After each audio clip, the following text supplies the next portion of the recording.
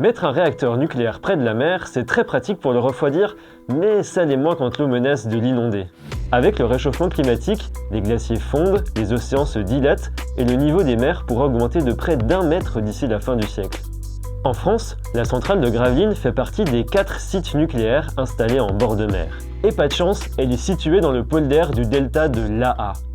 Un polder, c'est une zone de terre gagnée sur l'eau grâce à des digues et des canaux d'évacuation. Son niveau est inférieur à celui de la mer.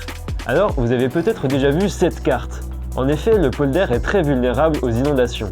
Mais attention, la zone est protégée par des digues et ça ne veut pas dire qu'elle sera recouverte par la mer d'ici 2100. Oh non, sous l'océan! Par contre, le réchauffement climatique fait peser une autre menace sur la centrale. Il multiplie la puissance et la fréquence des aléas extrêmes et donc le risque de submersion marine locale. Depuis l'accident de Fukushima, les règles de sûreté nucléaire en France ont été rehaussées pour prendre en compte des catastrophes qui peuvent avoir lieu tous les 10 000 ans. À Gravelines, des murs de protection ont été installés en 2022. Dans son projet de construction, EDF prévoit de surélever les futurs réacteurs EPR2 sur une plateforme à 11 mètres d'altitude.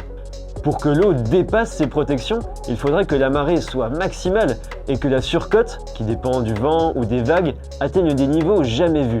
Et même si c'était le cas, des solutions de secours sont prévues par la centrale. Par contre, les terres autour risquent d'être de plus en plus souvent inondées, par la mer mais aussi par les pluies. Et ça pourrait poser des problèmes temporaires, pour amener les travailleurs par exemple, ou pour intervenir en urgence. Et bon, tout ça c'est juste d'ici 2100. Pour après, les scénarios sont encore plus incertains.